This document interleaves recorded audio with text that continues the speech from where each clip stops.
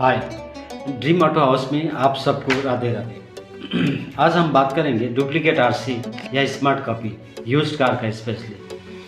तो अक्सर कई बार आप डीलर में जब जाते हैं तो उस टाइम में आपने सुने होंगे कि यूज़ कार लेने के टाइम पे हमारे इस गाड़ी का मेरे पास डुप्लीकेट आरसी है। तो डुप्लीकेट आरसी होना कोई बुरी बात नहीं है, डुप्लीकेट आरसी हो सकता है गाड़ी में, लेकिन उसमें कुछ सपोर्टिंग डॉक्यूमेंट्स है जिसको होना ज़रूरी है। लेकिन प्रॉब्लम तब होता है जब डीलर उस डुप्लीकेट आरसी का एक्चुअल रीज़न छुपाई जाती है।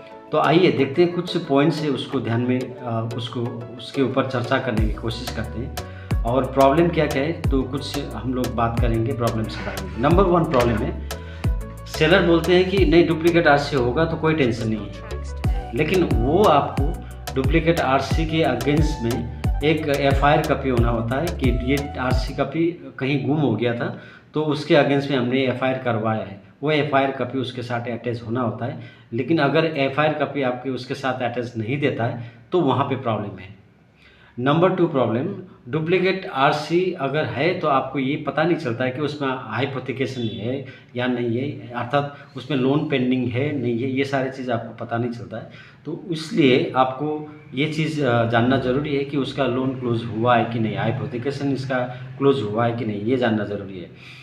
क्योंकि अगर आपको को पता नहीं है ये सारी चीज़ें तो आपने गाड़ी लेके बिंदास घर चला गया तो कुछ महीने बाद हो सकता है कि आपके नाम पे बैंक से नोटिस आ जाए, तो इसको ध्यान में रखना ज़रूरी होता है।